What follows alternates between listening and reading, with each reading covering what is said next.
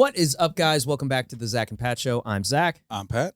This is the show about manhood, fatherhood, entrepreneurship, and the mentality it takes to be successful at those things. And we'll probably sprinkle in some helpful real estate advice too, because that's what Pat and I do.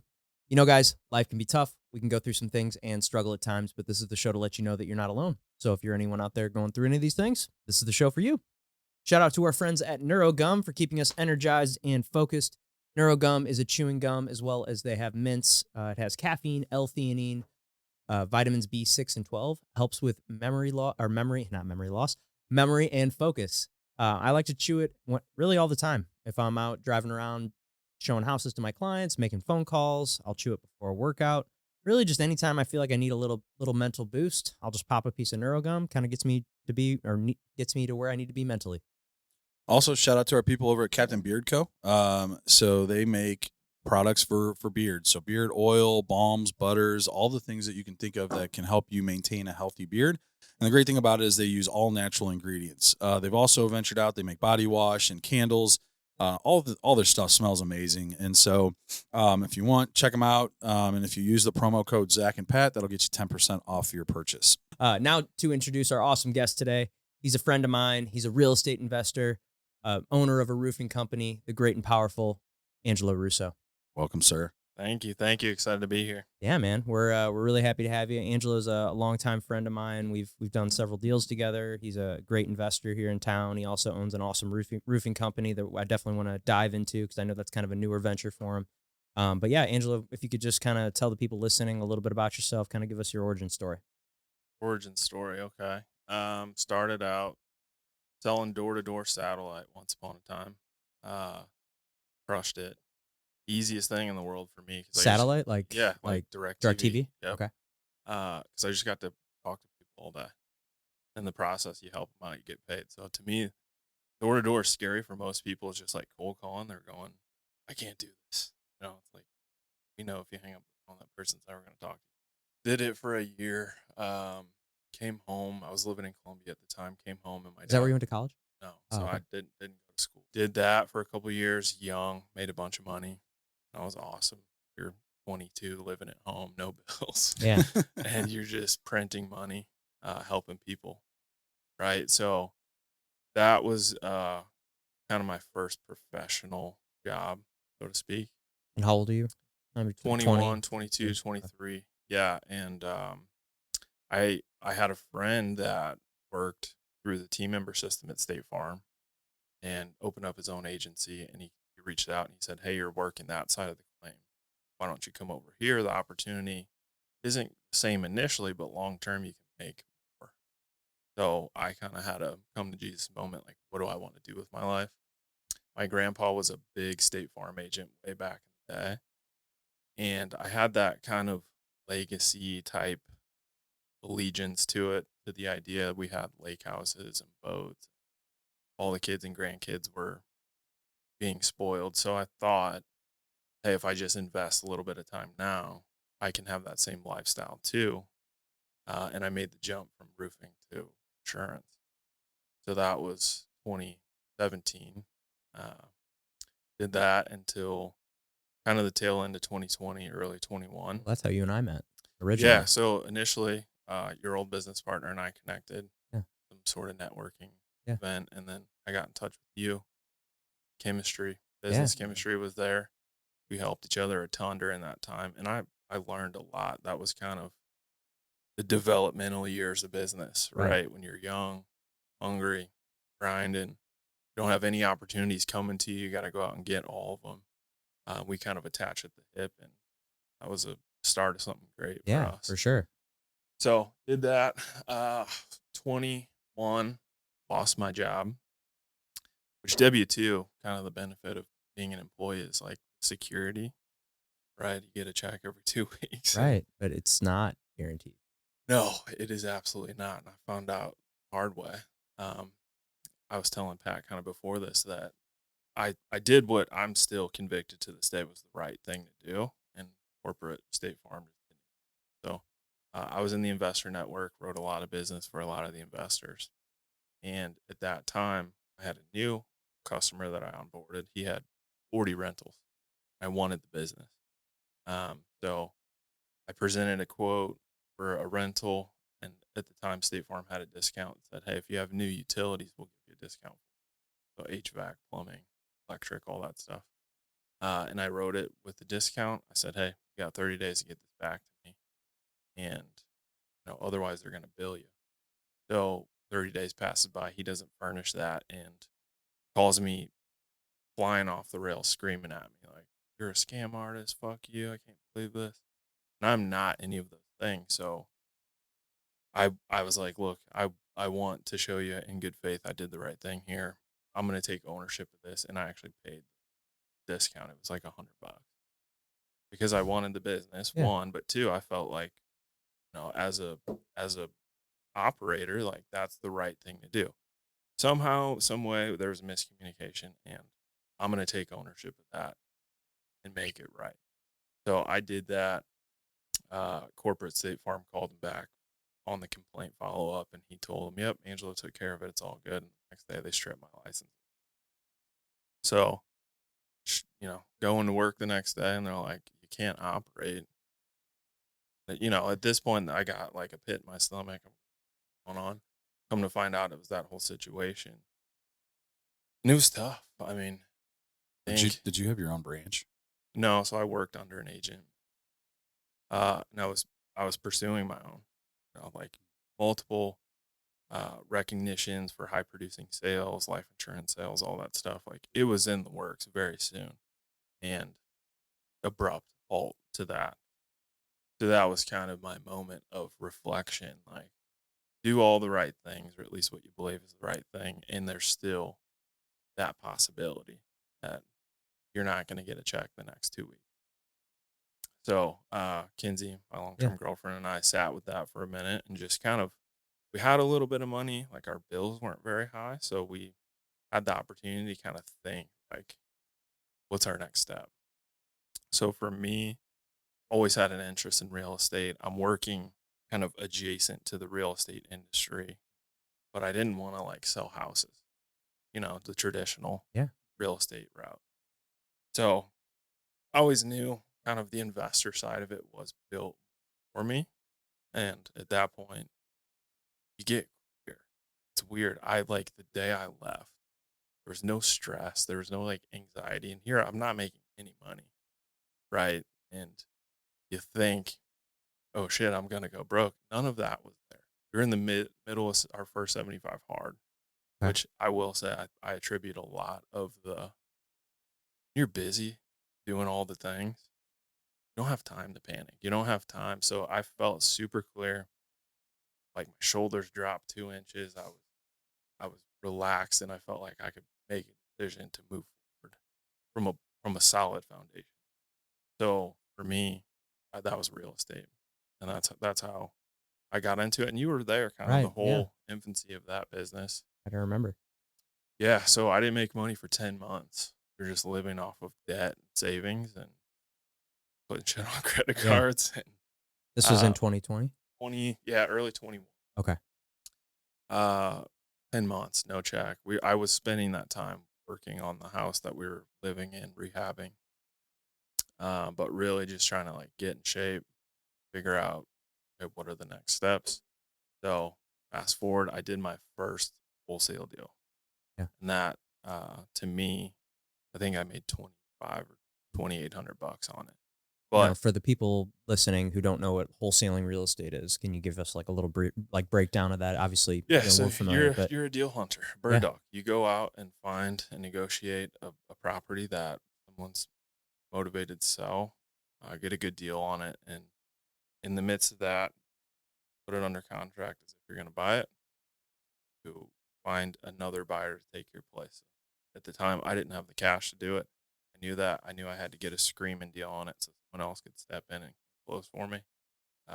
You assign all your interest in that property over. It's going to show up, fund the deal, and purchase, make the difference there. Right. So you say, hey, I'm going to buy your house for $100,000, and then you come to this investor, and you're just like, all right, I'll sell it to you for $103,000 or whatever it was. Exactly. So and then you make that $3,000. So they step in on your behalf. They show up to the title company. They fund it. They close. They receive the property. You make arbitrarily the difference between you contracted the first time and what you contracted with the person that steps in to buy it. So that one, I'll never forget. It was in Baldwin, right? Kind of that town and country area. I met with an old lady. She had an elderly daughter, so I don't know how old she was, but probably 80. Lived in it since it was new. You can imagine in your head what that looks like. Uh-huh. So pink tile, Yeah. fuzzy toilet seats, like all kinds of grandma shit. Yeah. And I knew that comps were strong in the area. It's a desirable place to live. So I went in there. I put in an offer at 285, and I come to find out I wasn't the highest offer, but she liked me for whatever reason. So we put that under contract. I put that under contract for 285. I sold it for 287.5, 287.8. It was like 25 or 2,800 bucks. My buddy Ryan bought it, stepped in, did a 6-figure rehab on the place, and sold it for like 585. Damn. So he made net to him after fees, holding costs, all of the shit, $100,000+. That was kind of the start. Yeah. So in my little brain, it was proof of concept. I can do this. It's legal. It's ethical. And I just printed this money using my network. Just all you. Right. So the lesson there was, one, I have all of the information I need to execute. And two, I'm leveraging the people I know, my network. I'm tapping into that potential to make money by helping. So that's kind of been the theme. Like, I always try to find some way to position myself to help. And that's how I get paid. Pat and I were talking earlier. It's like, what do you do? Well, I roof and I buy real estate, but more or less, I just solve problems, complicated problems, pain in the ass problems. I put out fires from 7 a.m. to 10 p.m. at night, all day, every day. And in the space between, I get paid to do it. So that's a little bit about me. Yeah. No, that's perfect. Yeah. So now roofing and real estate. Yeah. So, all right. So, you're still obviously doing the real estate, primarily wholesaling. I know you've done some flips and stuff too, and you've kind of gotten into that, but recently you've gotten into roofing or gotten back into roofing, I should say. Back into it. So, it's a good point that I'm glad you brought up. I'm getting back into the space. So, there was no learning curve there. The industry changes over time, and it's been probably a decade since I last did it, but it was muscle memory. So it was very low friction opportunity for me. A buddy of mine had started his own company. So 2017, he left the company we previously worked for, started his own. I'd maintained friendship with him the whole time. And at that point, I want to say it was February, March of this year, he started talking about what it would look like to get involved. And he's an awesome dude, awesome business platform. So the ratings are all great. Brand is really strong. We're reputable. Have a huge customer base that speaks highly of us. So that's the lifeblood of a roofing operation, is reputation. So he had already built the platform and had a glorified job in a sense, where he's making awesome money, but he's the business, right? And for me, the opportunity there was to come in and get systems built out, or SOPs figured out, the processes around what does this thing look like to get you out of daily operations, and I know how to scale. So for me, my position is kind of operations now. I'm still in the field selling, still on my ass off, help a ton of people in the St. Louis area with that. But critical pieces, we don't have duplicate skill sets. He's good at these things, I'm good at these things, and it's kind of a good opportunity for me to get in there. Symbiotic partnership, man. And start hiring some people, training them up, building out the foundation wide so we can grow tall. Yeah, so been doing that. March 3rd, I signed the paperwork, and then March 14th, O'Fallon got hit with a massive national news storm. So it was like my first week. Just got bombarded. Yeah. Baptism by fire. Yeah, exactly. So it's been great. You'll never hear me complain about it. It's a good busy, a productive busy. As I was saying to Pat earlier, I don't like busy that doesn't produce some sort of result, whether that's financial, physical, emotional, whatever. It is the silliest thing ever to me. So for me, it's been a lot of productive busy. And I'm not going to complain about it. It's a good place to be in right now. Sure. So what are some of your guys' goals for the roofing company? Where do you see yourself going with that? So I guess the end goal would be to exit, sell it for a profit, right? So it's hard to do that when you're a one-man show, right? You print a lot of money, making great money personally to live off of, lifestyle money. But in terms of an attractive business, no company or private equity group is going to come in and buy a business that's just one dude. Right. I don't want to just take over your spot and live your hell. So for me, the end goal, the vision there is to bring in systems to where you could hire a chimpanzee off the street to do what we do, because we're so systematized, so process oriented, that now you can duplicate it and pump some money into it and scale it up. So what does that look like? Well, for us, it's building out the infrastructure, bringing on new talent, and getting them to a point where they're successful. Because I can do it. I have history with this. Partner can do it because what he knows, and he's great at it. But how can we get it to where we can take someone young and hungry, give them an opportunity and a platform to sell, and get them to do it, right? And that's the biggest challenge I've ever come across professionally. I was going to say, how's it trying to hire people to come in and hire good workers and people that actually want to work? Truthfully, it's the biggest growth I've ever had to go through. Because you think, because I can do it, I can get someone else to do this thing. Yeah, but no one else has that drive. No one cares. It never translates. So again, the reason I say systems and process is because, yeah, I can train you. We can ride around a truck all day. You can see what I do. But are you going to go do those things? Right. And you're going to do it the way that I'm doing it. No. And it takes a lot of acumen. So you gotta know about manufacturer specs. You gotta know about the insurance process. You gotta know about all of the construction side of things too. It's not just selling, right? And I'm kind of uniquely qualified in that I worked in the insurance world. So I know policy information and I know the construction side. And that's been a huge benefit for me, but not everyone we hire is going to have that, right? So one, how can I train somebody to have your knowledge of those two right things? So that's kind of the education part of it, but they need the experience part of it too.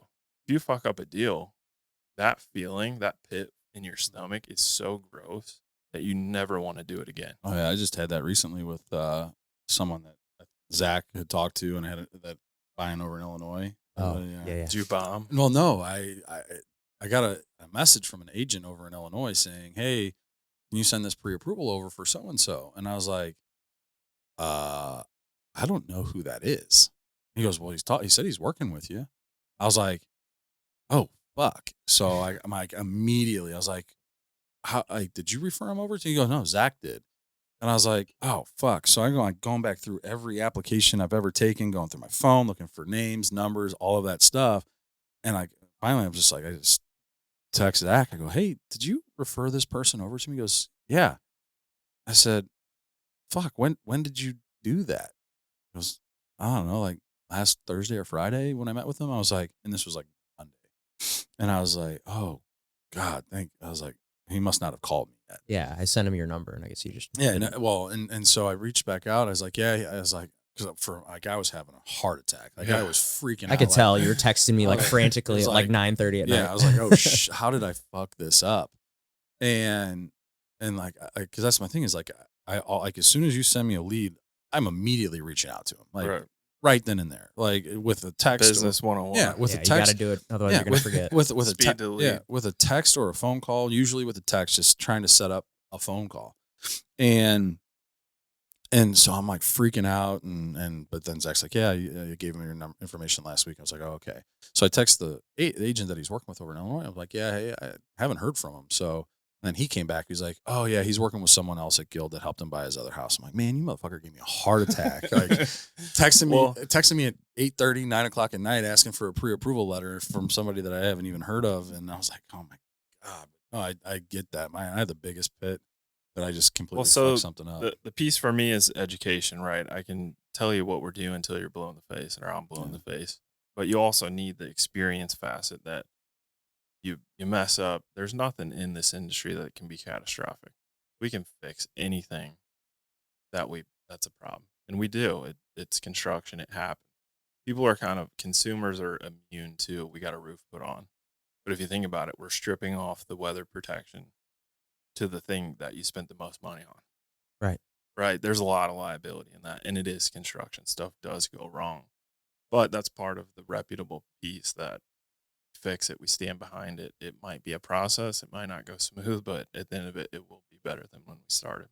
So the education piece, we want systems around. That's kind of what I'm implementing now.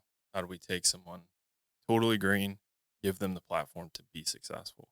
But the experience is where the talent now, I feel like, doesn't want to figure it out, right? There's an autonomy piece that you, yourself, I want. Like, give me control of the ball. Let me do something. I don't want to be constricted by these kind of corporate guidelines or whatever that looks like for you. So initially, I've had good success getting the education piece down, but it's the experience. They have to want to work. You got to want to fuck it up and fix it. That's just how this industry works. And you're going to learn more in that little lesson than you're going to learn from 10 deals that go perfectly smooth. And I think that applies to just about every industry, really. Absolutely. I mean, there's no matter people what afraid it to is. fail though. Like that's the thing is like, I don't know where if it's going back to schools or what, but I feel like people are just afraid to fail. I was. So yeah, I can speak to that, but I don't know what Enneagram I am or what personality type I am. I'm perfectly okay with being wrong. I'm perfectly okay with fucking stuff up because I know the immediate thing is to find a solution. So I don't live in this world of problems. I live in the solutions world. For me, I'm okay with being wrong because now I learned. I want to get better. I have a desire to be smarter, more wise, more equipped. And you learn more by being wrong than you are being right all the time. It doesn't make sense to me with politics or whatever the hell people are currently talking about. You want to prove your point so bad that you're not okay with being wrong. Right. what was it? Thomas Edison that said, asked, he's like, no, I didn't fail 10,000 times. I just learned 10,000 ways not to make a light bulb. Right. Yeah, I think people are just so afraid of being wrong. People are so married to their ideas. It's like you can change your mind on things. It didn't used to be this way. People people were open to having, constructive conversations, and now I think it's like a battle. Like I don't want to go into anything like it's a battle. And we can talk about whatever controversial topic you want, but I'm here to either learn something or educate something. Well, yeah, I think we were just talking about that with our last guest where he was asking us about effective communication, and it comes down to effective listening. Like you have to listen to learn and understand, not listen to respond. Which I struggle with. I'm a talker, so I get fired up and I just start talking, and it's taken years to dial that back and figure out, like, in sales in any vertical, I don't care if you sell, soda products to a gas station or if you sell financial service or whatever it is, you got to learn to ask questions so you know what problem you're actually solving. Right. Yeah. And then the positioning part's easy, right? Right. But that was a massive struggle for me, just being a extroverted, charismatic talker. I had to step back and be like, okay, I'm not selling shit. Why? And then it's, oh, you're not finding out what the real problem is. You get the smoke screen and you talk about that all you want. That doesn't convert over to solving a real problem. Objection hand. Totally agree. So you feel like you've come a long way in that sense? Yeah, professionally I laugh. Like I'm not supposed to be here. I'm not. This to me is just bizarre that my little self is out in the world like doing cool things. Historically, I thought I was going to be a W-2 guy for the rest of my life, and shit changes quick. So I'm happy. Yeah, awesome. Things are going good right now, and I, as a visionary, it's nice to have partners in the space that are implementers, right? Because you can visualize all you want, what a business looks like, what you want, etc. But you got to actually do the shit to get there. So I feel like I'm surrounded by a good group of guys right now that we have the tools and resources to do shit. So excited. Yeah, I mean, you mentioned it before, but I mean, and this is something you and I have talked many, many times about, but like how important our networks are and like the people that we know and the people that we associate with. Because especially in the real estate industry here in St. Louis, it's a small. Yeah, St. Louis is the biggest small town. Yeah, Right? I mean, everybody seems to know everybody. I mean, you were like, oh yeah, a couple guests ago, yeah, I know his business partner, and like all these people that you just it's like all connected, and Yeah. like it'd be funny. We'll have people over, and like Pat goes, oh, I think I remember you from hockey when we were kids. It's like all these like crazy like just networking, but it's small, and so I think just having a good network of people is just, I mean, and especially in the real estate industry, Right. if you muddy your name here, or It is quick to spread wide. Yes, Yeah. exactly. I mean, just look at the, what happened with some of the contractors you guys used, Matt used. I mean, Yep. that shit spread quick. Yeah, that was a problem. Yeah. So, Well, so we're talking about networks and reputations. To me, in high school, I partied my ass off. So that was my reputation. Yeah. It's like the fun guy. And it got dark. Like I was using drugs, alcohol, all that stuff.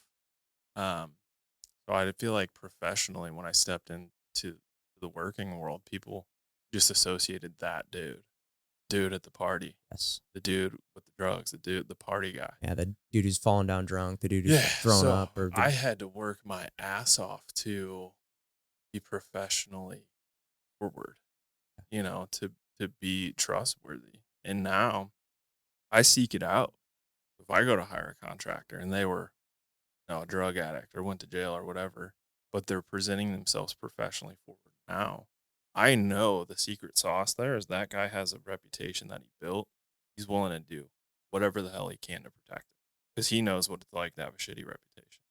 I say that my reputation wasn't terrible, but again, it was, irresponsible partying, all this stuff. And now I'm like controlling people's finances, insuring their properties, like putting a roof on their house, doing all this stuff. You have to have the trust. So for me, that reputation, my professional reputation means more because of my past. I had to work my ass off to gain people's trust. I had to work my ass off to be reputable, to be someone you could rely on. And that is what I hang my hat on. I'm dependable. You need X out of me, you're going to get it. Right. And I'm willing to do whatever it takes to make sure that happens because I don't want people to associate me, especially in this little St. Louis network, with, slimy, wouldn't do business with him. Or, how many deals have you guys done where it's Angelo put Zach's name in your phone? This is the agent you call. Don't even bother. Yeah. Right. Because I know your reputation. I know you as a person. And that's how it works. Networking is like giving a referral. That's what I do. Here's your flooring guy. You're going to call him. Don't waste your time. Trust me, I've gone through the headaches of hiring other guys. This is your guy. Right. learn from my mistakes. Well, I think that's why, we make the money that we make is because we've done the trial and error. We've built the networks. We know who's good and who's not. And, there's a monetary value that goes to that. 100%. But so when I first started, I was young, kind of a punk, arrogant, new in business. And I always wanted to go to the titan of the industry, whether it's, owners of mortgage companies or owners of real estate brokerages. And I wanted to work with them. And I realized these dudes have a guy from 35 years back. They were both new in business together, and now they're inseparable. Right. My little value proposition isn't going to get anywhere between those two guys. So quickly learned, why don't I just attach to the guys that are young and hungry because of their trajectory? And then Zach and I got involved, and now 15, 20 years from now, like there's not going to be a single new up and comer that's going to get between us because of that rapport. I totally agree. Yeah, I mean, I constantly have, we've talked about it, I think, on the last show, just lenders reaching out to me all the time. And I mean, primarily I send almost everybody I work with to Pat, and the occasional people, that want to work with other people, that's totally fine. But like, if you want my referral for the best lender in St. Louis, it's this guy right here. But it's just, they're always reaching out and trying to get the business. And it's, it's frustrating, and it's like, man, I've created this relationship with him. It's like, I don't want to, I would never want to jeopardize that because of all the stuff that him and I do together, and the relationships we've built, and just, and Well, we know I know it works. I know he's very, very good at what he does. I'm not going to, the day of closing, something's not going to go wrong, or he's there every single time. It's not just about money, No, right? We no, make not money at all. together collectively, but the massive piece is effective. Yes. If you pass it off to Pat, he's going to represent your customers the best way. He's going to get it done. Yes. Why do we know that? Well, we have a big track Yeah, record. there's like 50 plus deals probably at this point. Yeah, something like that, yeah. Right. So, yeah, you can do that, but the effectiveness is what gets stuff done and what gets us paid in my profession. For sure. Right. There's roofers are just like real estate agents. They're plentiful. Yeah, same on the long side. Effective roofers are different. And especially now, not to get too niche on this, but we work in insurance restoration. 90% of our business is through insurance restoration. I do roofs for our investor friends that are doing a flip, and we're very competitive on that, but majority of it is insurance because it pays well. So for me, understanding these insurance companies are for-profit businesses, they have massive losses. The reinsurance groups have massive losses because of landslides, wildfires, hurricanes, tornadoes, hailstorms. They're losing their assets right now. And I have no doubt that there's top-down pressure for them to, hey, tighten up a little bit on the settlement, right? So as someone that has written those policies, I know the mechanics of them. The homeowner's getting shafted. It's not me. It's not the insurance company, right? It's like, this person is not getting the money they need to get their house back to pre-storm conditions, which is the contract you sign and pay premiums on. So for me, being effective is understanding the nuance there, and how do I navigate that for the homeowner and get them results. And that's why I say I'm uniquely qualified, because I have both sides of the spectrum. I go in and I negotiate like hell to get results for these homeowners, because I'm not beholden to these insurance companies, right? Like, they make billions of dollars and they're worried about a $15,000 claim. Let's get them the results they need, and that's what I'm good at. That's the kind of catalyst in this business for me, just being effective, right? All the networking is great, but if you can't fulfill, what are we doing? Right. Those referrals are going to stop coming in. 100%. Right. And I've done them all, the BNI groups and the real estate meetups. I did that every freaking week. I felt like I was in 4 or 5 different meetups, but at the end of it, not many of them are effective. And sorry, you're listening in those groups. I'm not talking about you, but you understand what I mean. Everyone wants to earn your business or make money off of your back. Sure. Not what we do. Money is secondary to us, at least. At least that's how I feel. It's put the ball in Zach's court and let him run with it, and he'll score every time. Is that how you feel? Yeah, absolutely. You get bombarded. My phone blows up from dusk to dawn. Yeah, me too. People wanting some sort of access to us. Yes. You got to be protective. Everyone's got a wall of defense. Yeah, that's something I've gotten a lot better at, especially this last year. Ever since we've had our second kid, like I got to really budget my time and like not give people that are not deserving of my time especially if I don't have it. If I'm with my kids or if I'm spending time with Gina or whatever, I'm like getting way better at like not getting my time stolen from me. And that's, I know you were talking about trying to have kids, and that's something that, make sure you've got those systems in place. I know you're big on the systems.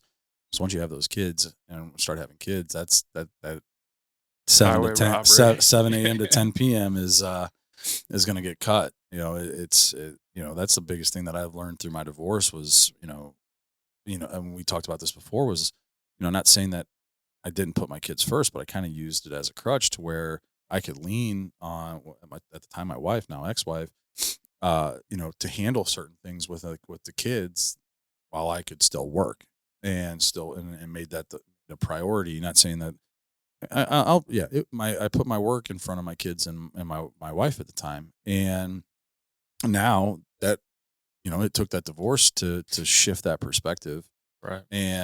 But I mean, now when I have my kids and I put the phone, no work calls, no nothing like that. When I have them, it's when I don't have them. Now I'll do that. 7 to 10. That goes back to learn hard lessons. For guys like us who have a desire to be better, you never want to feel that way again. Right? Right. Like, I bet now in your mind, you're like, divorce isn't even an option. No. Right? Never going to have it again.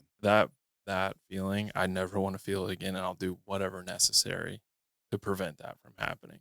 Right. And so we've been together almost 8 years, and people are like, why aren't you married? Why don't you have kids? I've always wanted to ask that. I don't think I ever have. People see from social media or interacting with us that we're a power couple. People look up to us. I've had friends tell us that, like, you guys are awesome. We want to model our relationship off of you, which is humbling and amazing. But the piece that people don't see is like the hard work that you do behind the scenes when you're having difficult conversations about, hey, this is terrifying to me. How do we fix this? Or, hey, this makes me feel this way. What can we do to make this happen less? Right. And now I have the utmost confidence that when we get married and have kids, that this is the hard work we've already done, that we're not going to be in a position 5 years from now going, this ain't going to work, Right. And to me, it's probably from some childhood traumas and things like that. And for her, just security issues. But like, we made it understood from the beginning of when we started dating. This is intentional. We're in this to be married and have a family. And we have done the work, seen therapists, worked on ourselves both individually and together. So now I feel like I do have a basis to do those things, but outwardly facing, everyone always says, well, why aren't you guys married? It's just a societal thing. Right. I mean, I am married, but it's also like, I mean, what, be honest, like the day that I got married, What changed? What changed other than the fact that Gina's last name changed? We still have separate bank accounts. We have one conjoined. We still have, it's like everything's pretty much the same other than her last name changed. And I was like, we were together for 9 years before we got married. And now the government's involved now. Yeah. Now it's like, now you have this contract that now if we did break up, it's going to be a lot messier. Right. It's just like but I have no intention of any of that anytime soon. I don't recommend it. Or ever. I feel like you guys can both relate. For sure. Timing is what you want. It could have been 3 months. Yeah. And we're married. Whatever works for you, do that. But we were just intentional. And to back up a little bit, I came from a single parent household. So I'm sure when I was a kid, I made up my mind that I didn't want that to be the case. I didn't want to co-parent. I didn't want to have all of the stress that I had as a kid on my kids. So breaking that generational kind of issue is important to me. And Kenzie's parents are married for 30-something years. So I get to steal the example that they've put together, for us and model our relationship around that.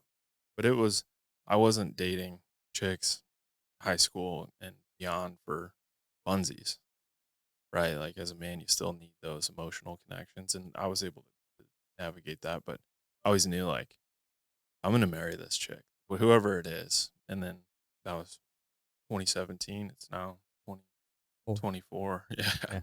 So, yeah, it's been great. She's my ride or die. She's awesome. She's fucking awesome. Anyone that knows her knows that she's awesome. But I don't think professionally I could get to where I am had I not, one, had the support, but two, just had the confidant. Yeah. Someone that gets it and that's in your corner no matter what. To me, it's a superpower in life and business. I couldn't agree more. I mean, I don't know where I'd be without Gina. I mean, shout out to you girls if you're listening. Ladies. Thank you. Yeah, I don't know where I'd be without her, just because I'm she totally reels me back in because I think I'd fly.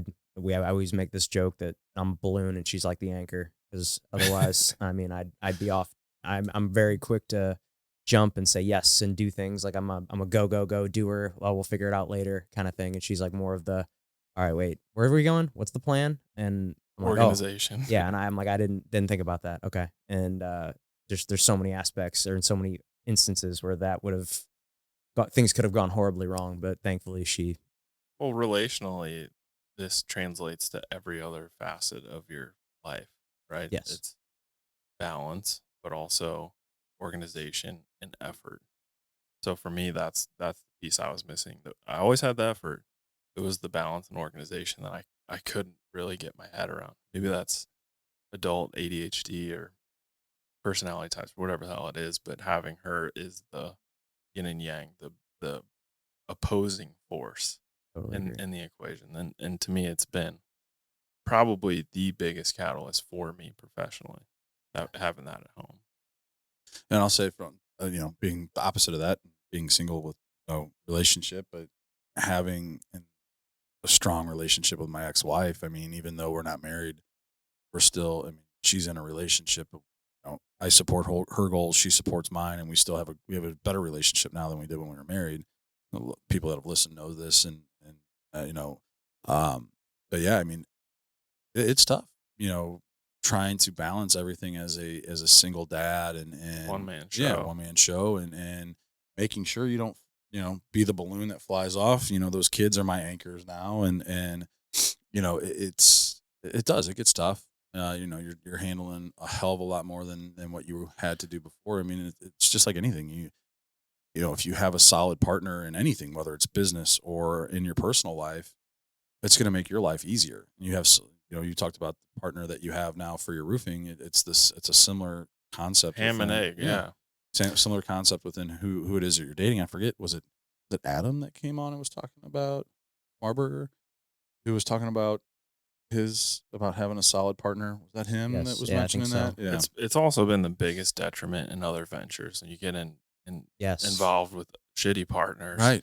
It's the opposite, right? I've seen it. Oh yeah. I mean, from experience, you and I can speak from a place where I've seen it both ways. But one, partnerships are huge, and two, when I was single, I was working on myself. You can't have two halves that make a whole. There's no such thing. If you have holes in yourself, this person has holes. Like, you're not gonna be compatible with anybody. So you have a unique opportunity to go. I can master myself. And now the next relationship I'm in, we can be whole. Do you know what I mean absolutely. by that? Like, yeah, that's like my biggest thing with I've dated a couple people since the divorce, and that was the thing, was just like, you know what, I just need to take time to myself, figure myself out, like, and work on who I am as a person. So the next person that I am with, like, they're getting the best version of myself. They're doing the same thing too, right? Exactly. Yeah. Nobody wants to. It's like a liability. This is twisted in my mind, but I try to limit liabilities and exposure. And if I'm working to be whole and complete, fully faceted myself, you're not. You don't work. Right. For you, when you do meet someone that has been working on themselves and has worked on that trauma and has worked on their kind of pitfalls, now it's perfectly symbiotic, right?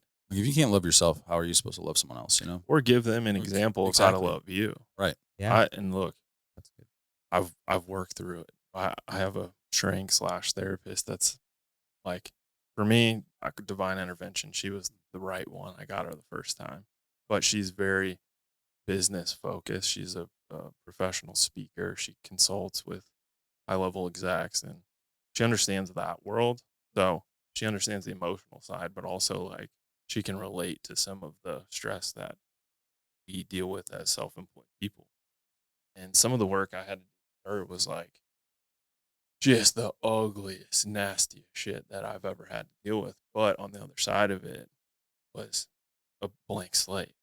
Now, because I know these things, I can be better. And after that, probably last year. So you started seeing her last year? Yeah, I wanted to walk out of the building and just scream it every man on the planet to go see a therapist. I am 100% with you on that. It's insane. I started going in 2021, and so so I've got my business coach, and then I've got my therapist. So and it's great because I go every other week to my therapist, and then every other week as call with my coach. So it's like every week I'm You're getting the accountability. yeah, and it's awesome. I highly highly recommend it, and I love both I love my coach and I love my therapist. I mean, I even told my therapist because he's a little bit older and I don't know how much longer he's going to be doing it, but you can't retire. I told him, I'm like, I was like, I'm gonna be calling your ass, and Yeah. in the day that you pass away, I'm gonna be sitting at your grave talking to your gravestone because I mean, he's helped me out so much. Well, from just a men's perspective, nobody wants to admit they need help. No, as a that's come like how we were raised, and the generation before us was like, you put your emotions away. You don't have emotions. But that's bullshit. Like, be a man. Be a man. No emotions. Fuck that. I think the most masculine thing you can do is admit that you got work to do. Absolutely. Be vulnerable. Yeah. Oddly enough, it is attractive, right? To maybe not open up to women, but to like admit that, hey, I've got problems that I need to address and need work, right? I mean, it totally says something You're about you. a pansy. Like, no, I'm going to be better than you. Right. You think like that. But that was it for me is getting the help that no one else could provide, that type of unique help for me, at least. Not in my relationship. My parents weren't relatable. My business partners are like, you're fucking crazy, whatever. But you need to be understood. And when I got that, I wanted to open up a nonprofit, and I may still do that, but I wanted to get men in front of the resources they need for that kind of shit, because dudes are struggling. There's no way around it. Just society. And I'll go in with you on that. That's a hell of an idea. Men are struggling right now, and they need those resources, but they're, one, not equipped to pay for it. Two, don't know how to seek it. Right. But just 'cause it's not something you want to like advertise to the world that you're looking for. no, hell no. And then your ego gets pushed aside, and you realize like how powerful it is to have someone like that in your corner. And dude, like I said, I walked out of the building. I just want to scream it, like, get a fucking radio ad that, dudes, you're feeling like this, go seek help, because it gives you the tools. They're not doing the work for you. They're just telling you what to grab on when you have, certain things come up, and equipping you with the right tools. And it makes you a powerhouse in life and business. Well, that we've talked about it, and this is part of why we're doing this show. We've both been very open about stuff like this, and I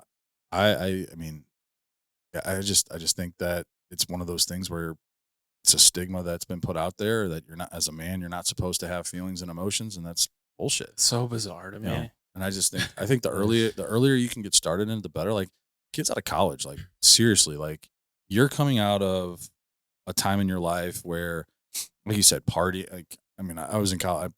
We went to the same college, but like partying and all this, and didn't really have responsibilities. And now you're getting thrust into the real world, and now you've got rent, car, right, insurance, student loans, yeah, and it's like how like that's a whirlwind for people. Well, men or women, like get in as soon as you can to speak with somebody to help you navigate these things that you're feeling, because you try to do it on your own and you try and suppress them even worse. It's a dead end, right? Yeah. If you're only equipped to handle a problem the same way every time that problem comes up, you're going to get the same. Yeah. It's like, I want to lose weight, but you keep doing the same diet and it's not working. Like, it's insane to do that. That's all it was for me, was just getting equipped with the right tools. Now I can call on those tools as needed. There's nothing like, what would some of those tools be? If you don't mind elaborating. Yeah, so it's more the psychology piece for me. Like, I'm very justice driven. So if someone says the sky's purple today, my personality will not allow me to let them think that. Like, no, it's blue, dude. You're dead wrong. But I feel this extreme call to let them know that. And it's not effective. So if you get in an argument with your partner, wife, spouse, whoever, and you keep doing that same thing, it's like, no, you're wrong. Well, it's like, maybe they're not wrong. maybe they're right from their perspective. So just stepping out of that conversation and realizing like, oh, they think this. I think this. We really want the same thing. But while you're in the heat of it, you can't effectively come to terms that we're on the same team. So that was a massive one, is like always work through problems from a place of facing each other with it. And we're on the same team with this. We want the same result. But two, just having the knowledge that like I have a traumatic upbringing on paper. I don't feel that way. Kinsey, my girlfriend, has the perfect upbringing on paper.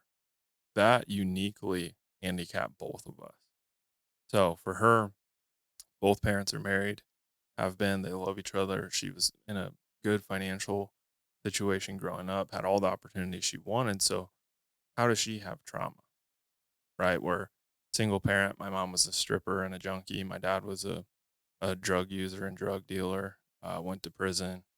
I was uh, a self-parented child, like all this stuff. It's easy to make sense out of how I have trauma. But for her, why does she have trauma? Well, you learn that conflict is scary for her because she had such an easy life. She's not used to conflict. So it feels like her walls are crumbling in. Someone has a disagreement with her. Right. So imagine from my perspective, I go straight to conflict. That's the problem. That's home. Let's find the solution. I'm so justice driven that I just have to get the hard shit because I know that the problem can be solved. So imagine person's afraid of conflict and person seeks conflict get together. Well, I'm ineffective at communicating now. I would have never learned that had I not gone and got professional help. Now, instead of going straight to conflict, I have to pause and say, hey, are you in a headspace where we can talk about this? And she has to posture up and go, yep, I'm ready. And then we can address it together. Whereas before, I'm just hammering this wounded person with, we need to fix this. Right. And it all comes to a head eventually, whether it's 2 months, 2 years, 20 years. You're not conducive. This isn't going to work long term. So that's why I said doing the work, getting the professional help, setting up that foundation for us. Now I feel like we can get married. We have businesses together. We can have kids. We can blossom. Whereas before, I'm just some big dumb idiot who's trying to like brunt force his way through a problem that requires finesse. And professionally, I do the same thing. So, the same way. Go get help. Even if you don't think you have problems, like I was saying with Kinsey, she had the ideal textbook upbringing. She has crutches. She has an Achilles that, if it shows its face, she's not equipped to handle. Go seek help. For real. It's if we're talking about life, business, relationships, finances, all that stuff, it's the best thing you can do for yourself. Inexpensive. I think it's $200, per visit. I go a couple times a month. Insurance, I think I pay $15 every visit. Yeah. I didn't know insurance covers that. At least it does for Guild. I think they realize that being in the mortgage industry or real estate industry is a whole. You need help. Hey, talk to Keller Williams. Yeah. I mean, I 100% agree with you on that. I mean, I was the same way. Like growing up on paper looks like a great childhood, but like learning, like diving into it now, most of the emotional stuff that I learned came from baseball because not so much from my parents. My parents were older when they had my brother and I, and extremely logical people. And I'm a very logical person when it comes to thinking through things. So when it came to emotions, I would like try to logically think through them instead of like feel them and understand. Me too. And, for the record. right. Yeah. And instead of feel them and understand the feelings, I would try and logically explain them away. But then when baseball, it was about 8th grade was when freshman year of high school, when I started reading this book that my pitching coach, who's like my older brother now, gave to me, and it talked about mental toughness and controlling emotions and understanding emotions. That's when I really started to like dive into that stuff. But even at the time, like I don't have anybody to explain it. So that was always like my fallback, was that's where it was. But now Now that I have a therapist, I can sit there and talk to him through this. And, I was always like, oh, your emotional intelligence is really low. And talking to him, he's like, no, actually, it's The opposite. It's really Yeah. high. You just need to understand. You just need to start to understand those and get back, because it's just like anything. If you don't use it, you lose it. And once I got out of baseball and got into the business aspect of it, I started to lose that, like lose Right. that emotional intelligence, that edge that I had when I was playing baseball. And you surround like a lot of the stuff when I first got in the business, way different. And you know, I'm surrounded by got people that have been in the business for 15 to 30 years at this point, and in my office that are like extremely high producers, and seeing how they interact, and like as they're being older, their emotions got the best of them. So I'm like, oh, that's just normal, and I just kind of rolled with it. I something bad would happen, I get pissed off, and I let that linger. That's normal. Right. That's what normal is. And so now, like through therapy and learning all that, and just learning like tools, is just, hey, taking a step back, thinking through it. Or like, if you like the emails that I always tell, like if I get an email that I don't like, sure, let me get my anger out in this email and type it all out, and then I'm gonna delete it. Right. Yep, and then come back. I got those emotions and those feelings out. Now I can go back and respond in a constructive way. Another little nugget for the listeners. Most people don't know that you can't be logical and emotional at the same time. So, emotional, think fight or flight, right? You're never going to be able to make a logical decision when the bear is chasing you. Right. Right? It's like, I need to build the fire. Well, there's a bear in the equation now. Like, fire doesn't make sense. I need to run. Right. Right? So, how do you get to a place where you make the right decision? And it takes a little bit of both. But if you're in an argument or in a conversation and there's conflict, you are emotional. Just remove yourself from that until you can get to a place where you're not in fight or flight anymore. Calm down. Now we're ready to face this. Right? Now we can both make logical decisions. But if you're both heightened, there's no progress going to be made. So the nugget I learned, and hopefully you guys can take something away from this, is if you feel those guards go up, or if you feel your heart start beating a little bit fast and you're ready for conflict, take a minute, 20 minutes, so however long it takes to like come back down, and now we address the problem from a place of logic. That's how I get results. Yeah, and that's the thing too. I past client, I saw that he posted, Josh. He posted this question on social media, and I thought it was awesome. And then I reshared it myself not too long ago. What do you think is more important, emotional intelligence or just actual intelligence? EQ or IQ? Well, I know a lot of smart people that are dumb, Yeah. so I'm gonna go with emotional. Yeah, that's mine too. I think I know plenty of, like you said, I know plenty of people that have high IQs with low EQ. Right. I don't know very many people that have high EQ and low IQ. Usually, if you have a high EQ, you're going to have a pretty high IQ with that as well, and because it's going to allow you, like that's the biggest thing, is you're going to be able to control those emotions to actually be able to use the intelligence, you said, and logic that you have to be able to progress forward. Well, it's just like sales for me. It's like, what is the desired result? Well, I want to convert the sale. Well, how do I do that? That's where the nuance comes into play. You got to have emotional intelligence to know, how do I navigate this conversation and get the desired result? That to me is intelligence, right? If I want X person to do Z, well, how do I get them to do that, but make it their decision? How do I influence them and persuade them that this is what they do? I want them to do X, right? Right. So I have to be emotionally intelligent to get them to do it in the first place. Sales 101, right, is Put yourself in their shoes. right. And I have to, and I'm very cerebral. I'm a very deep thinker. I almost like feel his thoughts, right? And I see things without them having to happen. I can go, that happens, this is going to be, I don't like that. So I'm going to do this instead. And it takes a high emotional intelligence to be able to do that in a poised way, to get someone to be, to do what you want and have them feel like it was their idea. You have to be emotionally smart. You're not just going to like logically tell them that, hey, I need you to do this. And then, oh yeah, that's a great idea. Right. So for me, what is the right answer to that question?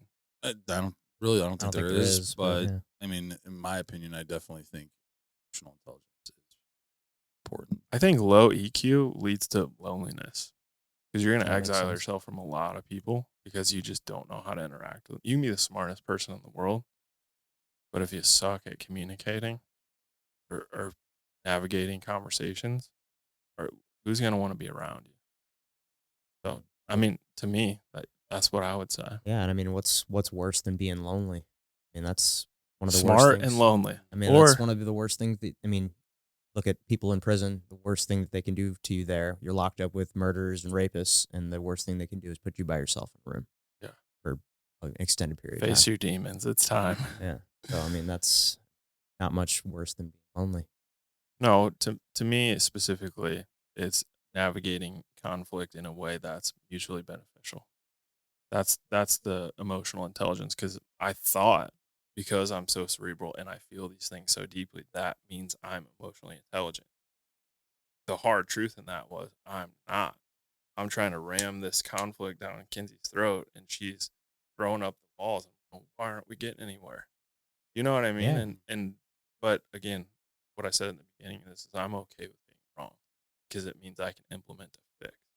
And for me, most people that are involved in my life, professionally or relationally, can count on me to address it one time, never have to address it again. Because I feel those emotions so deeply, I don't want to be embarrassed. I don't want to be that frustrated. I don't want to take egg on the face ever again. Do it once, and you can count on me that I'll find the fix. I'm sure you guys are the same way. 100%. Absolutely. Yeah. Embarrassment is a very powerful driver. Yeah. Absolutely. Oh, You man. eat shit one time and you go, Yes. not Never again. Yeah, I Probably learned from this one. Yeah. The first time you got put in a choke that Yeah. caught you by surprise, and you're like, okay, Yeah. I don't put my arm there. no, don't do that again. Which that match we were talking about. Yeah, man, I'm stoked. How's that going to play out? Well, I'm not exactly going to get into my game plan on here, but I mean, I'm going to take him down and submit him. You see a dub? Oh, I mean, yeah, I got to be confident, and I'm confident that I can beat this guy. I really am. Where can I watch that? You could come. Live in person. Yeah, dude, come on, man. Next Saturday. Yeah, it's next Saturday. Yeah, so we don't have any tickets, box tickets left. My box tickets are gone. Well, actually, I know a guy. Blake said he's trying to still sell a couple of those. So we got a box with all you can eat and a private bartender in like a box, but the normal tickets are still for sale as well. So, where is this out? Red Flag. Down in like Midtown area. They're close to Slough. Like off Locust. Will this episode be out before then? Yeah. This one will be out Friday. So what date is that? The 19th. The 19th.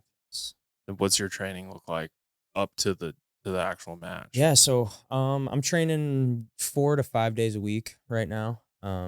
Jiu-jitsu, and then I'm lifting the other days. But I mean, like I was telling my buddy Nick, who was over here last night, he's like one of my main training partners. He's a single guy. Does all he eats, lives, breathes jiu-jitsu. I mean, he's at the gym anywhere from 3 to 4 hours a day, and that's just what he. I can't do that. Right. I don't have the time. I don't have the thing. But this is what I was telling him. He's like, yeah, I'm training a lot, but I'm not like my intensity isn't like cranked up for every single round, every single simple. Thing. Hey, let's just roll for a couple of minutes. Exactly. So it's like I go in there minimum 4 days a week, and every day that I'm in there, it's like, okay, this is fucking intense. When the hard rounds are here, I'm 100%. I'm going as hard as I can, and I'm trying to implement a specific game plan for this specific opponent.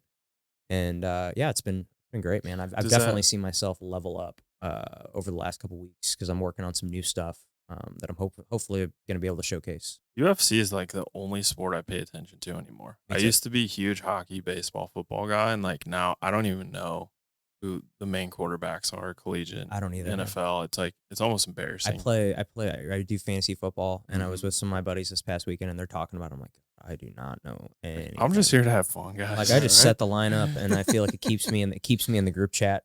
Yeah. Yeah. I pay the league fee just to stay in the group chat. To charity. Yeah. I mean, I definitely don't I've won the league twice, but the UFC, especially during COVID, it seemed like the dude, only it blew business up. that was it that blew up. doubled down. They're like, we're gonna do this shit, and we as consumers still had something. Like nobody gave a shit about the bubble in basketball. Like NBA tanked.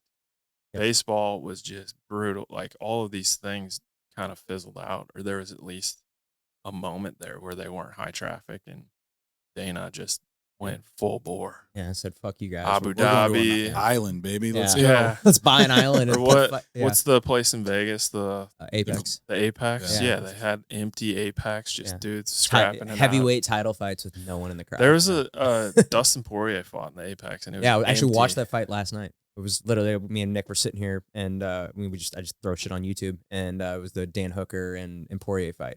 One of the best scraps ever. We were watching Just two this dudes in fight. a ring. I could watch this fight over and over again because it's just, I mean, two of the most intense guys just Well, for leaving me, their hearts out there. that's the only thing I focus on anymore. I'm limited to leisure. Yeah. I say that, but I control my schedule. I can steal time if I need it, but UFC is like, one, it's always at my house. Yep. I have an awesome house for hosting. I love cooking food. That's like my favorite Zen activity, and we get to watch UFC. So my friends come over, make good food, get the pay-per-view, and we just veg out till 12:30 in the morning. It's fucking awesome. It's the best. I do the same thing here. I mean, my buddy, and this was like how me and Nick became good. I mean, we were training together at the time, but I had mats in my garage. This was like during COVID, everything's locked down. Him and I would train, at least once a day in my garage. And then every Saturday night, we're just sitting there, and it was just like, it's funny because it's just like me, Gina, and Nick. It's like Nick, we always joke, like Nick's like the third wheel who's just always here. And like, we hang out and watch fights almost every Saturday. I mean, it's just, I hear a lot of people talk about the disciplines of jiu-jitsu and what it does for them outside of jiu-jitsu. Yes. But I don't ever hear a lot of people talking about the fun. Oh, I'm like, it's so fun. It's the most fun you can have, I think. I mean, I can't. Well, you're a high school wrestler too, Yes. as was I. And you lose if you're not in collegiate sports and you're used to being competitive. I feel like that's one of the darkest times I've had in my life is play 3 sports in high school, leave high school, don't play any sports, and you just look around. There's like no camaraderie, no accountability. I was militant with sports. If I didn't have sports, I didn't know what the hell I was doing. And I feel like that's been a good void for you to fill, dude. It's with jiu-jitsu. been the best thing for me. I mean, it's changed my life in so many ways. I mean, I started training. It was funny because I got into real estate and jiu-jitsu like almost the exact same time. I started jiu-jitsu like 3 or 4 months before I got my real estate license, and then ultimately took a couple months before I closed my first deals. But You train like a maniac. This is for anyone listening. He doesn't just leisurely train once every couple weeks. Like this man is in the gym. Oh yeah, I mean, if I don't do something every day, Gina knows it's just like part of my daily requirement. I have to do something, and like she, like it was, I can't remember when it was. I think it was like right after Thea was born. She was like, "Get out of here, go train, because you're bothering me." And Yeah. I changed When you had knee problems. Yeah. She's like, you're not yourself. Right? Yeah, go strangle your friends, like get away from me. But yeah, no, it's changed. It's so fun because it's so difficult and it's so hard. You're never gonna figure it out. You're never gonna know everything. You're never gonna beat everybody. There's always gonna be someone who's better at this aspect than you. There's always gonna be something to learn. Like, okay, maybe I suck at this guard, or I suck at this pass, or I'm really good at this pass on this side, but I can't do it on that side. So I gotta get good at that now too.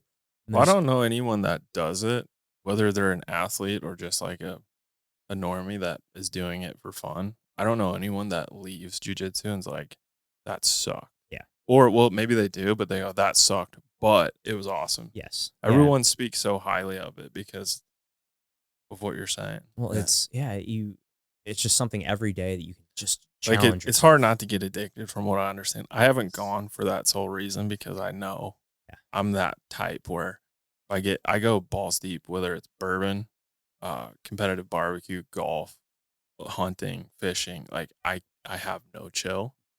So I just get obsessed with these things until they fizzle out my brain. I'm the same way, man. It's like I go all in or I don't do it at all. If I can't like become obsessed with it and get really good at it, then I have like no interest in even starting. That's why I don't golf. Now in my 30s, I'm going, I got to be selective on what hobbies I pursue because I don't much time. Right. Now that's where I made the mistake. I started jiu-jitsu this summer. It was awesome. Loved it. But I also play hockey. Hockey's always been a passion of mine. And hockey started up in August. And that's when my jiu-jitsu stuff stopped. Or my monthly things membership ended. And I haven't signed back up yet just because it's hockey season now. Yeah. And it's like, fuck, I want to get back into jiu-jitsu, but when the hell am I going to have time prioritizing between hockey, coaching, kids, coaching baseball, kids, work, and like, fuck. Dating eventually, like, I mean, Yeah. got all those things. It's just like, you've only got so much time. Right. I love golf for probably the same reason you love jiu-jitsu. I'm not thinking about bills, work problems, home life. Like when I play golf, and I'm okay, 9 handicap, so I could shoot 79 or I could shoot 90. I'll have to get out and play. But for me, it's that 1 versus 1, right? Jiu-jitsu is different because you have an opponent, but it's you. But you're it's still a mental battling game. yourself. Yeah, it's a mental game. And golf, you'll never be perfect. And I see a lot of it in business. It's usually like, you see like an attorney or a doctor like on the golf course. No, there's so many little lessons that you can learn about somebody from just playing 18 holes with them. One, personally, where do I struggle? Right? I'm a head case for the most part, but I get out there and I learn to like bring it in. And 2, like if you play with a stranger, you can make a best friend because it's such a you're in a car together for 4.5 hours. Yeah, it's such an awesome opportunity to just like chat it up, see what, learn about someone and like see the raw, real them. Yeah, you can see them when they fuck something up. Not the social media version of them or the version they want you to know of them. You see the real deal. And I love it for that reason. The only thing I don't like about it, one of the reasons I don't think I've gotten, well, first of all, I'd have to it just takes a long time to get good at it. Yeah. And then also like just the time commitment. Like you said, like 4.5 hours. Like, fuck. Like when you got time. kids, it's tough. It might as well be a week. Right. Yeah. Like, because Gina's brother's like a very good golfer. Like he's, shoots under par sometime. I mean, I don't know all the right terms, but he's pretty good from my understanding. Yeah. And he golfs 2 to 3 times a week, like I wish. He's prior to kids, I was playing 3, sometimes 4 times a week.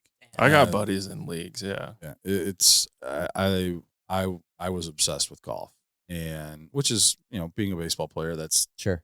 They're parallel. Being a pitcher, especially, that's par for the course. Pun intended. But yeah, I mean, I was playing a lot and got pretty good at it. Now, like I'm playing in a tournament on Friday, and you nervous? Like I've played 3 times this year. Yeah. The first time drive's going in the woods. Like, oh boy, this is, and so I need to get a shaft put on my driver just because having done like with all the weight training and CrossFit and stuff that we're doing, my swing's gotten so much faster. So I need to get like an extra stiff flex. If you play, getting fitted for clubs is the biggest cheat code. Really? Yeah, because everyone has different mechanics. Even if you're not good, but you have a consistent swing, go get fitted. Having the right tools is insane. Yeah, they'll get it to the length that you need. They'll put the head at a certain line based on how you make contact with the ball. And, center of gravity, grip size, all the shit. But golf's a big hobby of mine. I also want to pursue competitive barbecue. Okay. Now that's something. Now you're speaking my language. I know. So that's something I'd love to do with you. I've talked to my buddies because we crack open beers and we'll smoke something for 12, 13 hours on a Saturday and just, sit and wait for UFC to come on. And you do it all, but competitive barbecue, most people don't know, is not the same as like a brisket you would serve your family. No, it's judged on the texture. It's judged on so many different aspects. And you only get one little 1-inch bite. That's all they're getting to blow their taste buds off. The thing about the chemicals and the MSG, sodium, salt, like the contents of that, if I served you 8 ounces of it, blow up like a balloon, because it's designed to be a powerful singular bite. Right. So that's been a goal, and it's kind of on my whiteboard of stuff I want to pursue. Is 1, get certified as a judge, so I even have You know what an they're looking aim for. point. Yeah. Yeah. Because I feel like I make damn good barbecue at home, but what do these judges want from me? So now I've identified a target and then just practice. What kind of smoker do you use? So I cook on a Weber. It's the bullet one. I think it's called Smoky Mountain because that's what they use on certain barbecue circuits. So there's 2 different circuits. One is like they bring the Jambo pits out, like the trailers they pull behind a truck. They're massive. Like those guys are bringing their own meat and their own smokers, so they can dial in every little detail.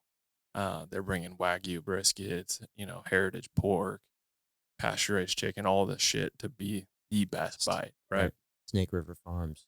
Yes. Yeah. So I go to Annie Guns. It's right by my house. You actually got me a gift card, and I did. I bought some Snake River Farms with it.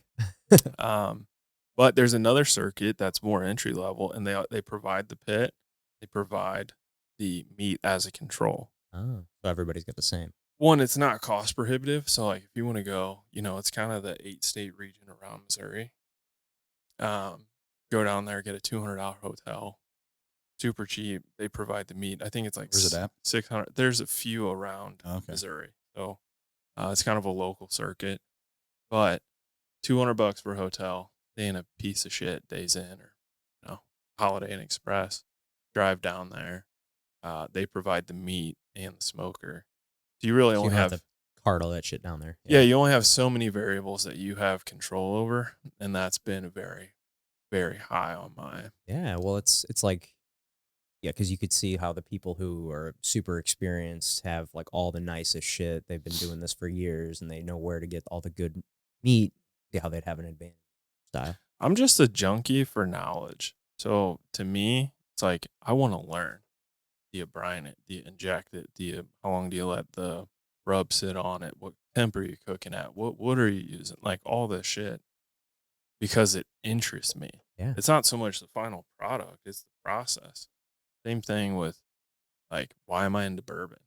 Why am I into wine? Well, it's not because it's a shiny Blanton's bottle on my shelf. Like to be honest, I never reach for that bottle, and it's the one that everyone that gets into bourbon sees. I'm not like everybody. It's okay. Yeah, it's okay. It's solid. If you can get it for $60, retail, $60 is perfect. I'll never spend more than $60 for a bottle of But I like wines and tobaccos, cigars, bourbons, because of the artisan effect, right? If you come over to my house and you share a meal, and I pull out a wine, it's not the typical, Duckhorn or Decoy or Camus that everyone knows. Something that has a story behind it, right? So this comes from a little place that's, a micro winery that's putting out some of the craziest shit because of the process that they've kind of pioneered.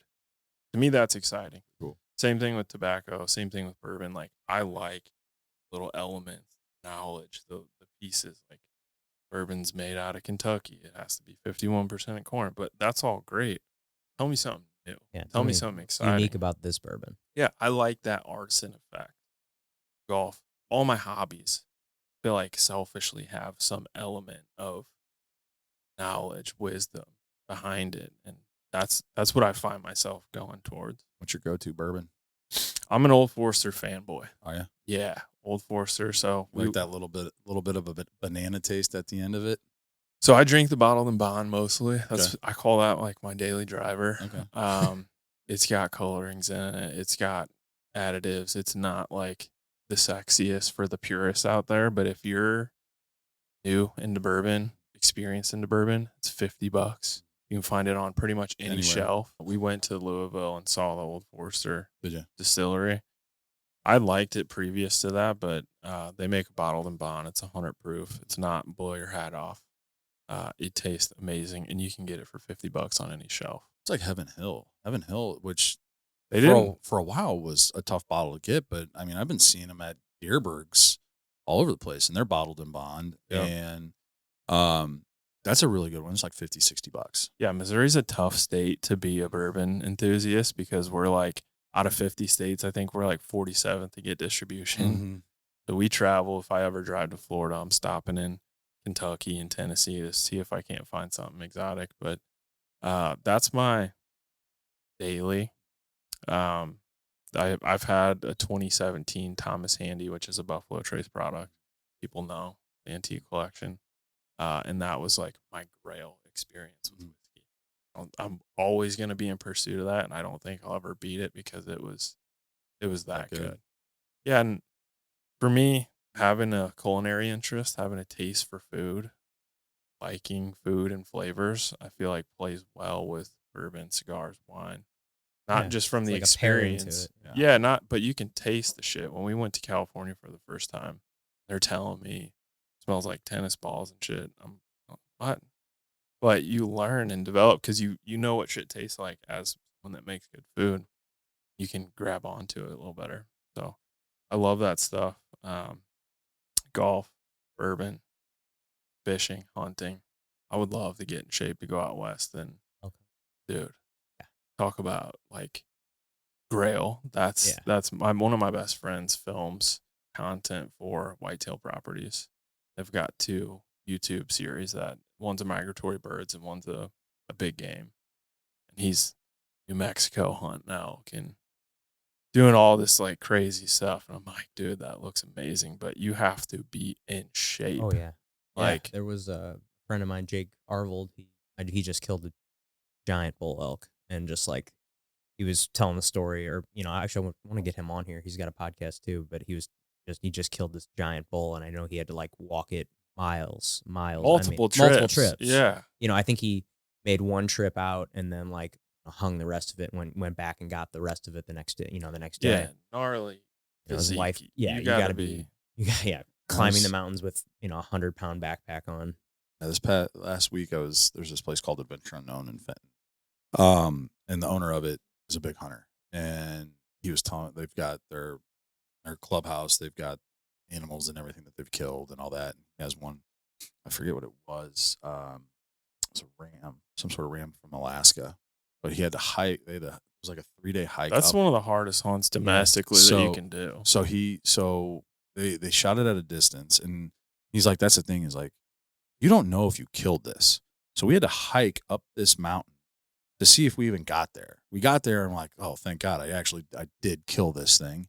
Now you got to go down the valley, up the other side. Well, yeah. And so he's like, this was the hardest hunt I've ever been on in my life. Cause one, you had to go up the mountain. He's like, that was the easy part. Getting up the mountain was easy. Now we have to come back down carrying this animal. And he's like, there's 3 of us. He goes, there's me, my guide, and then just a guy to come and help carry shit. Yeah. Pack out. Yeah. And he was saying, he's like, on the way back down, he's like, and he's like, you're doing it at night and it's pitch black. So like you're taking your rifle and you're like poking it down like in front of you on the hill, and then you're taking a step, and then you're poking it in front of you again and you're taking a step. He's like, so you want to make sure you don't slide down that mountain. 14,000 feet. Yeah. He's like my feet. He's like my entire like both my feet were just blood. You learn what kind of man you are in something like that, especially out west where the terrain's treacherous. You got 600-pound animal that you're pulling out in quarters, and then you got the rack. I would love to do that. You got to get in serious shape. I don't know anyone of my friends that could off the couch go do something like that. Yeah. I don't even. How do you train for something like that? There's a peninsula and then the body of Mexico. It's in between. They pull out the biggest fish every year from this place, but it is not sexy to vacation to. So I grew up doing that, and that fishing it's a drug. If you catch 180-pound marlin, it's a 4 or 5 hour fight. You got to be in shape to do it, but it's not anything like mountain shape. Right. So we're going in November to Mexico to fish for a couple days. Cool. And that I like the idea of eating elk meat. Yeah. My buddy just went to Alaska. He's got 200 pounds of halibut. That to me is exciting. So I'm hoping to stock the freezer when I'm out there. Well, it tastes different, man. It tastes different when it's something you killed or something you caught. I've only killed real food. That and the like, especially if you're the one that killed it or caught it, just like you got a relationship. The pride that you have, like how proud you feel, like you're feeding. There's something primal there. Yeah, for sure, 100%. Yeah. That feeling like you get when you catch a fish, like I got one. Like that's like a primal feeling that we've been feeling for thousands providing, of years. Feeding your family, as cavemen, I'm sure cooking with fire was, Yeah, there's barbecue. something in there that this kind of fishing is different. This ain't like Florida 6-7 miles out catching red snapper, which is awesome. Do it if you're down there and you can. But this is 50 miles out and catching Goliath. Just Massive. monsters. Yeah, and it does something for you. So I remember took a trip to Cabo like 2015 or 16, and we went deep sea fishing. I didn't last very long. I got drunk the night before, and getting out there on that, I didn't last very long out there. I think I was asleep on the boat for the majority of it. But yeah, I guess there's some good deep sea fishing out off the coast of Cabo. yeah. So That's some of the best between there, Hawaii, and San Diego. That's a massive, big tournaments, big boats come in. They fish that like hell.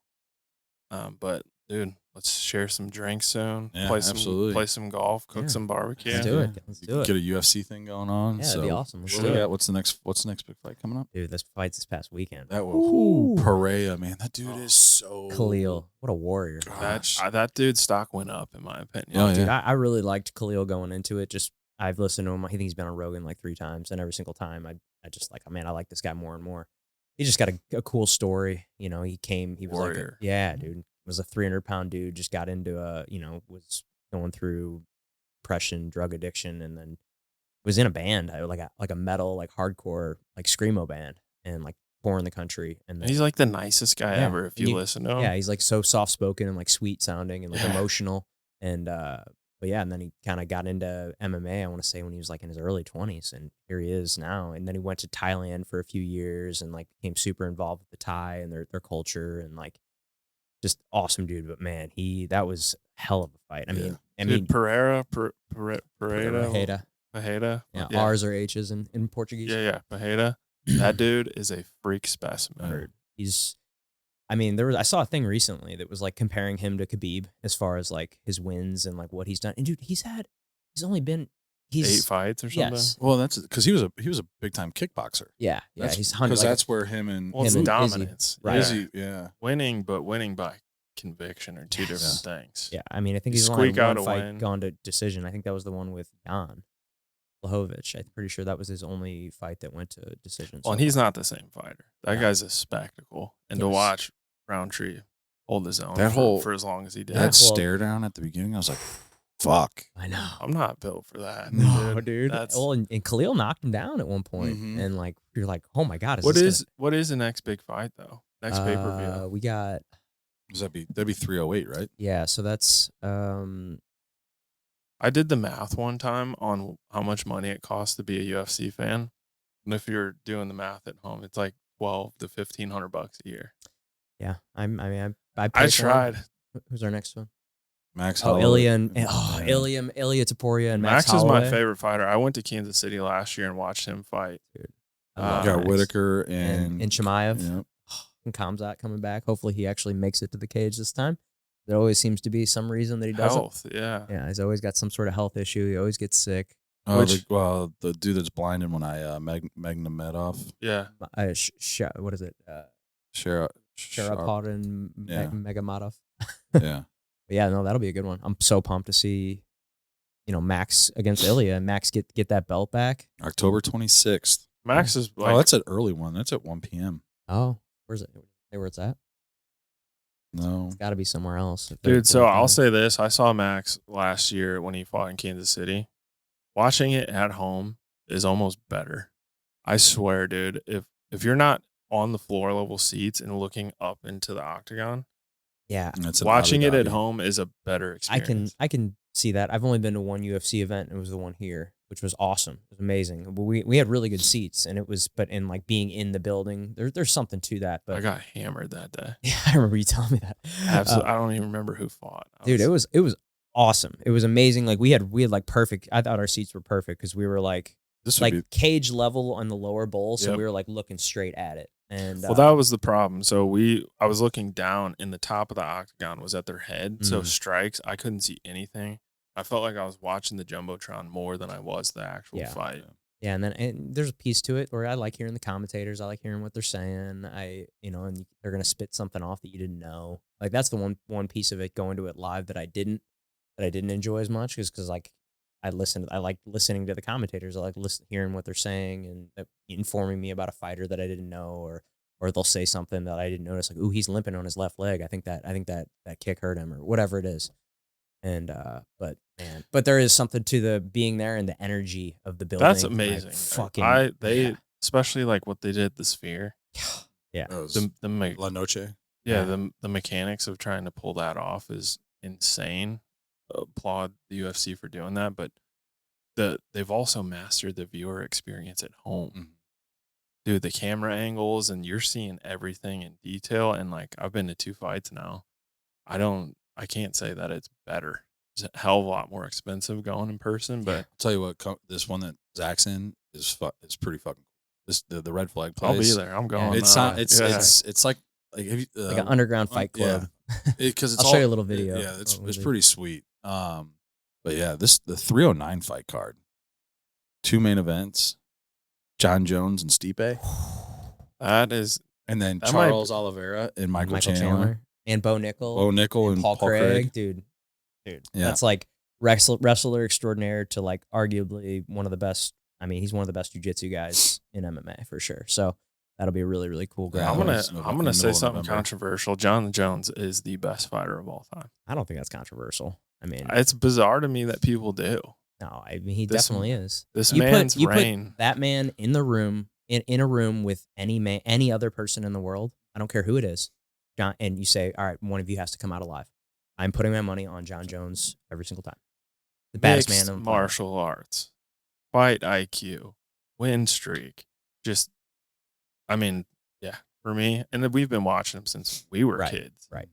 The beginning of our, UFC journey, and that dude is a freak, and I'm pumped for this fight. Dude, me too. Stipe is too. Stipe is no slouch, but the marketing behind it, the build up, the anxiety, I'm ready for that. Me too. You think they'll ever have the McGregor fight? I've given up on Conor. Yeah. Me too. I think I have as well. I hate saying that, but it's also like he fucked Chandler over big time. Oh, dude, just drag him on for 2 years?